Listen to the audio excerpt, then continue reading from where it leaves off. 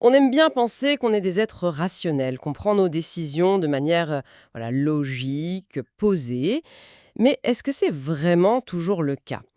On a tous vécu ces moments, non? Une décision prise en une seconde, ça semble évident. Et puis, avec un peu de recul, on se dit, mais pourquoi j'ai fait ça au juste? C'est un peu comme si notre cerveau nous jouait des tours. C'est exactement l'idée. Et ces tours, comme vous dites, c'est vraiment le cœur de livre de Chris Pavone, Votre cerveau vous mène en bateau. En fait, en psychologie, ces illusions de la pensée, ça a un nom très précis, les biais cognitifs. Ah, biais cognitif. Le mot fait un peu peur. Hmm. On a l'impression d'entendre parler d'un défaut de fabrication de notre cerveau. Un bug dans le système? Voilà, un bug. C'est un peu ça. Apparemment, on est tous concernés tous les jours sans même s'en rendre compte. C'est une bonne image, celle du bug, mais ce serait plutôt une fonctionnalité, en quelque sorte. Un héritage de notre évolution. Pour le dire simplement, un biais cognitif, c'est une sorte de raccourci mental. C'est une déviation systématique de la pensée logique. Une façon de penser qui a l'air cohérente, mais qui, en réalité, déforme notre jugement. Le concept a été mis en lumière dans les années 70 par deux psychologues, Daniel Kahneman et Amos Tversky. Justement, ils essayaient de comprendre pourquoi des acteurs économiques qui sont censés être ultra rationnels prenaient parfois des décisions complètement absurdes. D'accord, donc ce ne sont pas des erreurs au hasard, mais bien des schémas. Des déviations systématiques. La question qui vient tout de suite, c'est mais pourquoi? Pourquoi notre cerveau, qui est quand même une machine hyper puissante, s'obstine à prendre ces chemins de traverse? Parce qu'il est incroyablement efficace. Et pour être efficace, il doit être, disons, un peu paresseux. Chaque seconde, on est bombardé d'informations. Si on devait tout analyser en détail avant chaque micro-décision, on serait paralysé. Du coup, le cerveau utilise ce qu'on appelle des heuristiques. Ce sont des raccourcis mentaux pour aller plus vite. Face à trop d'infos ou pas assez d'infos, ou quand il faut agir vite, hop, il saute aux conclusions en se basant sur ce qu'il croit savoir. Et c'est là qu'intervient cette fameuse idée de Kahneman, la théorie des deux systèmes de pensée qui cohabitent en nous. C'est vraiment la clé pour comprendre tout ça, j'ai l'impression. Absolument. Il décrit le système 1 et le système 2. Le système 1, c'est notre pilote automatique. Il est rapide, instinctif, émotionnel, il est toujours allumé. C'est lui qui nous fait freiner d'un coup en voiture. Le système 2, c'est tout l'inverse. Il est lent, logique, analytique. C'est celui qui résout un problème de maths. Le souci, c'est qu'il demande un effort conscient. Il consomme énormément d'énergie. Attendez, ça veut dire que la plupart du temps, on fonctionne en pilote automatique, hein? C'est un peu effrayant, non? On n'est pas vraiment aux commandes alors? Dans une très large mesure, oui. Et c'est ce système 1, notre pilote automatique, qui est la porte d'entrée de la plupart de nos biais cognitifs.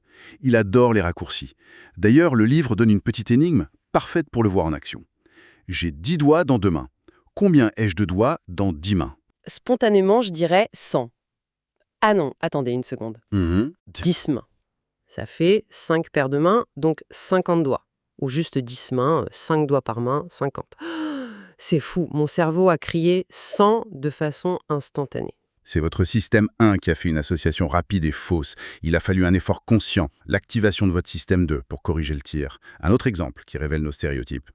Un père et son fils ont un grave accident. Le père meurt. Le fils est à l'hôpital. Le docteur qui le voit s'écrie « Cet enfant est mon fils ». Qui est le docteur? Ah oui, le cerveau bug un instant.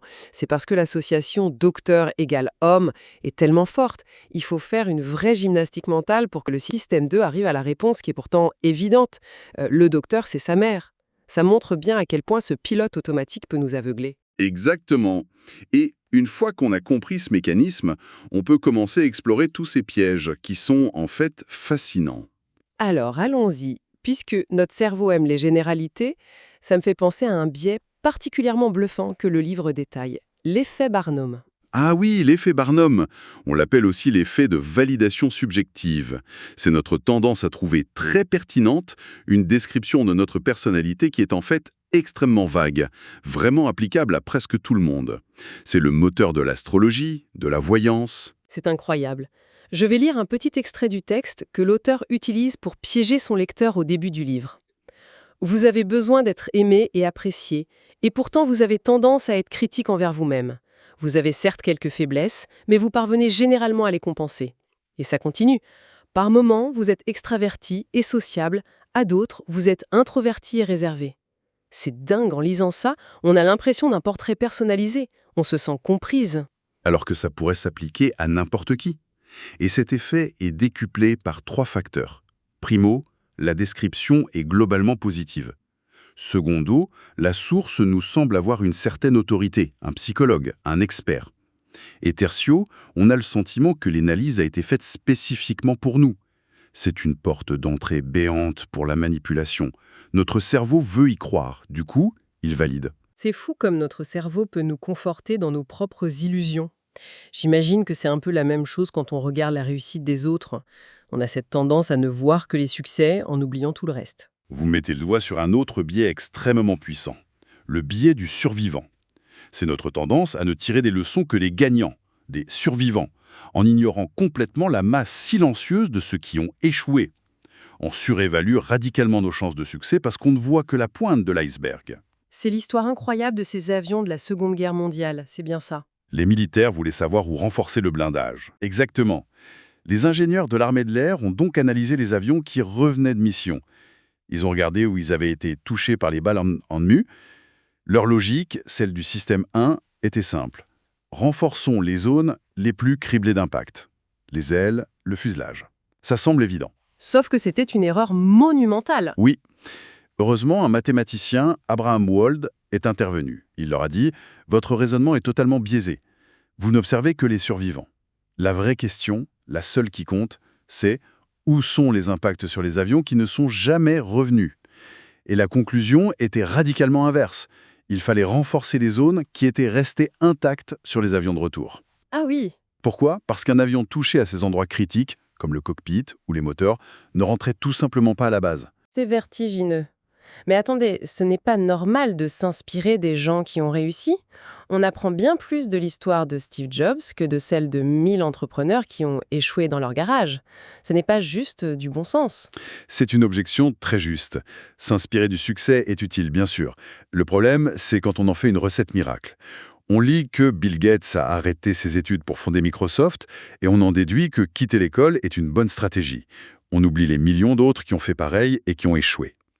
Le biais du survivant nous apprend qu'il faut aussi, et surtout, analyser les causes de l'échec. Les cimetières des entreprises sont pleins d'idées géniales qui n'ont pas fonctionné pour une raison X ou Y.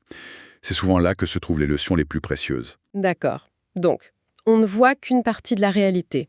Un peu comme si on portait des lunettes qui ne nous montrent que ce qu'on a déjà envie de voir. Ça, c'est le fameux biais de confirmation. C'est exactement ça. Et c'est peut-être le plus insidieux de tous. C'est notre tendance naturelle à rechercher, interpréter et ne retenir que les informations qui confirment nos croyances. Et à l'inverse, on ignore, on minimise, on attaque tout ce qui pourrait les contredire. Notre cerveau déteste avoir tort, c'est presque physiquement inconfortable pour lui. L'analogie des supporters de deux équipes de foot rivales est parfaite pour ça. Ils assistent au même match, mais ils n'en voient pas du tout la même chose. Chacun interprète la moindre décision de l'arbitre comme une preuve que l'autre camp est favorisé. C'est un filtre permanent sur la réalité.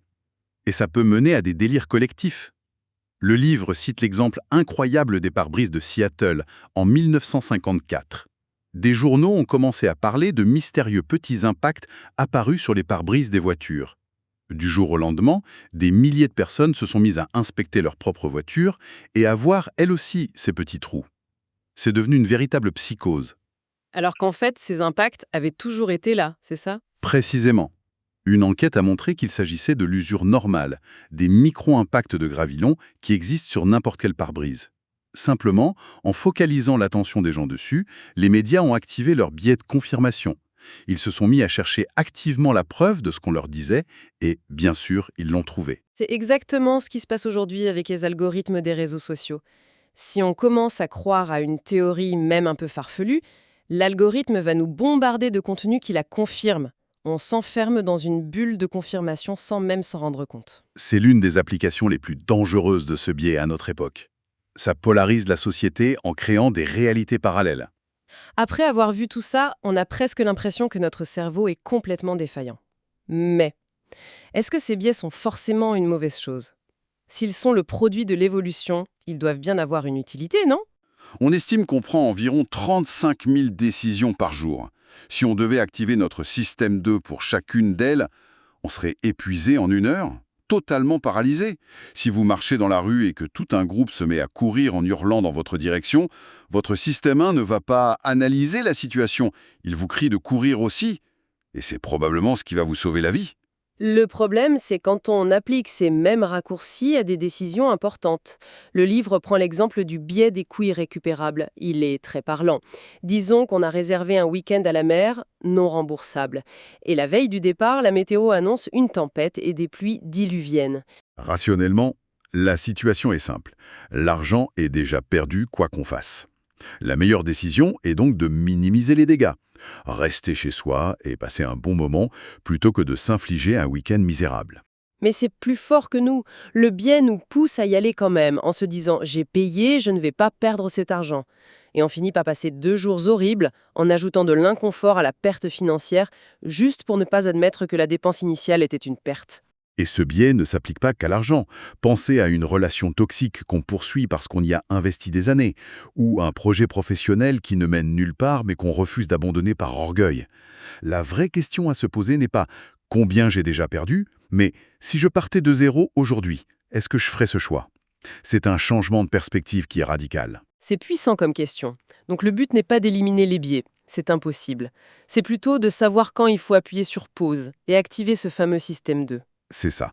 Prendre conscience de ces mécanismes, c'est la première étape.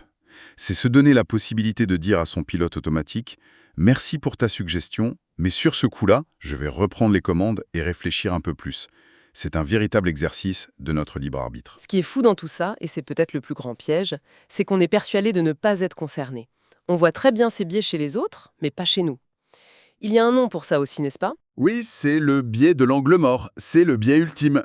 C'est notre tendance à reconnaître l'impact des biais cognitifs beaucoup plus facilement chez les autres que chez nous. On est tous intimement persuadés d'être un peu plus objectifs et rationnels que la moyenne. Le livre le dit très bien, on passe complètement à côté de l'impact des mêmes biais chez nous. Donc, même en connaissant tout ça, on continue de tomber dans le panneau? Absolument.